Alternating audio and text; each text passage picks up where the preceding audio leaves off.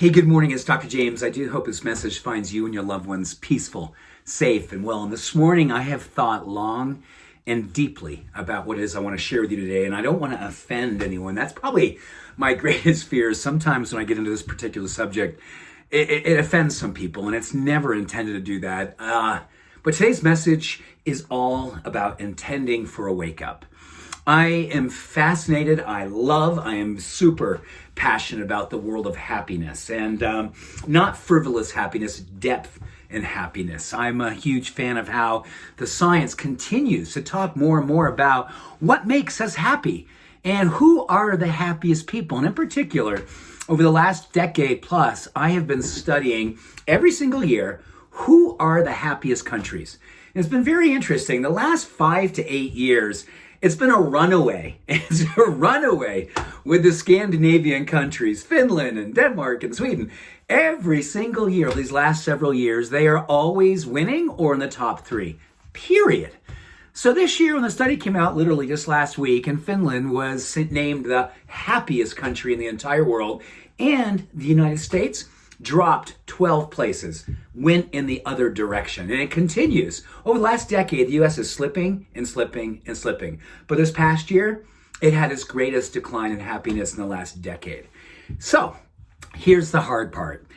It's really interesting because as you dig into the research, as the happiness researchers have found, what do they love about living in these countries? The people who are continuously saying, I am happy. This is what I love. This is what's working. Well, you know what? In Finland this past year, they did the best research I've ever seen because they really found out what was the number one driver for why it is that they were so happy and why it is they're exponentially more happy in so many other countries. Well, you know what? It came down to one thing: trust in leadership. The trust they have in their leadership, period. Now, this is the hard part, right? Because this isn't a left or right thing necessarily.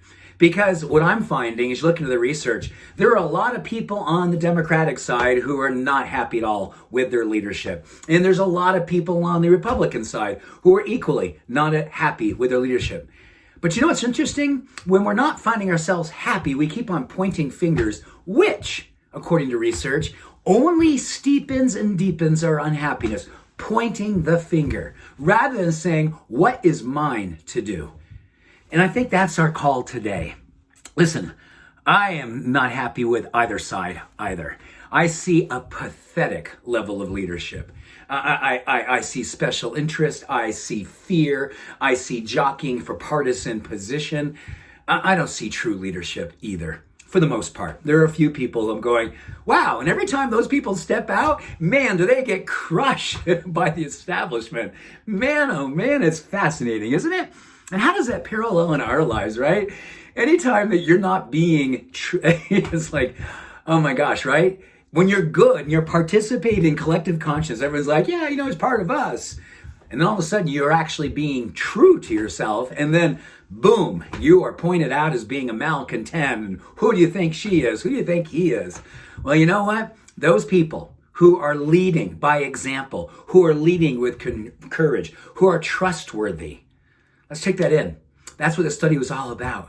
Trustworthy. They are worthy of one's trust. And when you are worthy of one's trust, you create and ensue and around you incite happiness. It is a beautiful time to really look deep within and say, you know what? I am not going to continually ask some who are so deeply entrenched in the establishment, group thinking, collective thought around bipartisan stuff and protectionism, provincialism. It isn't working. And that is why every year over the last decade, the U.S. continues to slide away, because we're about protecting ourselves versus extending ourselves. It is difficult to be a leader today, and you will take shots from left and right in between. But you have to ask yourself, what do I feel most peaceful with at night? Have I lived so deeply? Have I loved and led so courageously that I can sleep at night? I look at Finland, I look at Denmark, and I know those countries are not perfect. And I know the United States and other countries are far from perfect as well. But all of us have beautiful human beings within these countries. Some of them are rising up and asking their leaders to do the right thing, not the thing that actually is towing the line or protecting the things that they believe is going to help them to be reelected or hold their seat or hold their position. But more importantly, to hold to the highest good for all beings. And that's what this research says. All beings feeling like there is someone or something that is worthy of their trust. And in that, they feel greater sense of peace. And in that, they feel greater happiness. So, what's ours to do today? You don't need a title. You just have to lead. You just have to be true versus good. You just have to be courageously open to expressing the version of you that you know is the honest, sincere, most alive version of you. Because that version of you is who you truly are. It's who we all are. So let's rise up and be who we came here to be. Much love.